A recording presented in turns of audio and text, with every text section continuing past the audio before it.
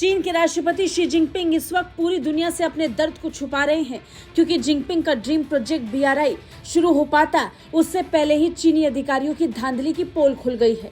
Jinping पर छपी report इस बात का खुलासा करने के लिए काफी है कि BRI प्रोजेक्ट में कितना बड़ा भ्रष्टाचार हुआ है।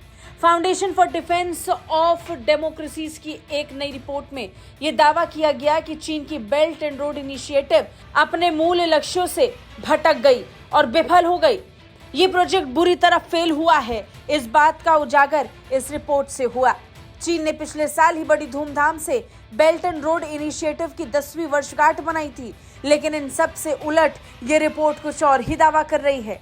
चीन की महत्वाकांक्षी बुनियादी ढांचा कार्यक्रम यानी बेल्ट एंड रोड इनिशिएटिव, जिसका उद्देश्य उभरते बाजार में पैठ जमाना और एशिया को यूरोप और दुनिया के बाकी हिस्सों से जोड़ना था, वो अब धरा का धरा रह जाएगा, क्योंकि जो कोई भी अब इसके साथ जुड़ा है वो इस हैरान करने वाली रिपोर्ट के बाद दंग रह जाएगा और बड़ा फैसला लेगा।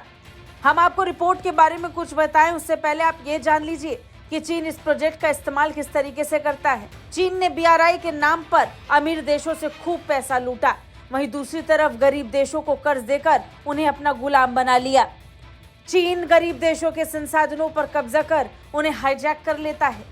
BRI के सदस्य देश पाकिस्तान, श्रीलंका, मालदीव, नेपाल और लाओस इसका प्रत्यक्ष उदाहरण रहे हैं, जहां पर हालात बद से बदतर हुए। जो इसकी चपेट में नहीं आए उन पर अपना कर्ज जाल अब और भी ज्यादा मजबूत तरीके से फेंकने की फिराक में चीन है, जैसे नेपाल और बांग्लादेश। अब इस बीच इस रिपोर्ट की बात करेंगे। शी जिनपिंग ने 1500 से ज्यादा सालों से पुराने यूरेशियन व्यापार मार्ग सिल्क रोड के आर्थिक और राजनीतिक प्रभाव को दोहराने के लिए एक परिवर्तनकारी प्रयास के रूप में 2013 में BRI की शुरुआत की थी। अब एक रिपोर्ट में तर्क दिया गया कि BRI ने सामाजिक, आर्थिक और पर्यावरणीय विनाश किया है। बड़े पैमाने पर भ्रष्टाचार ने चीन और पैसे लेने वाली सरकारों के खिलाफ राजनीतिक प्रतिक्रिया को भी जन्म दिया है।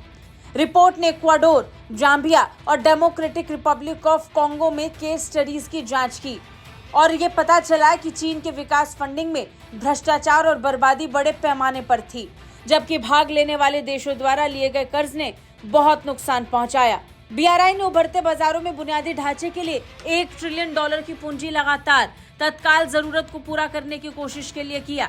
साथ ही कई परियोजनाओं ने स्थानीय समुदाय को आर्थिक बढ़ावा दिया। हालांकि व्यवहारिक तौर पर BRI अपने इच्छित लक्ष्यों को पूरा करने में विफल रहा है। रिपोर्ट के सहलेखक ने बयान में कहा कि दुर्भाग्य से उत्पादक संपत्तियां एक साथ से बनाई गई, जबकि वैनिटी परियोजनाएं दूसरे हाथ से बनाई गई।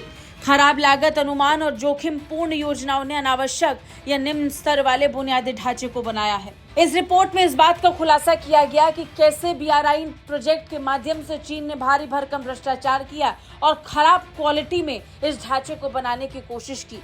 अब पोल जब खुल गई है तो इसका नुकसान सीधे सीधे उन 150 देशों को झेलना पड़ेगा जो BRI से अपना फायदा देख रहे थे, क्योंकि ये फायदा तो अब बस चीन को पहुंचाएगा, बाकियों को तो अब सिर्फ कर्ज भरना है। ब्यूरो रिपोर्ट, भारत तक।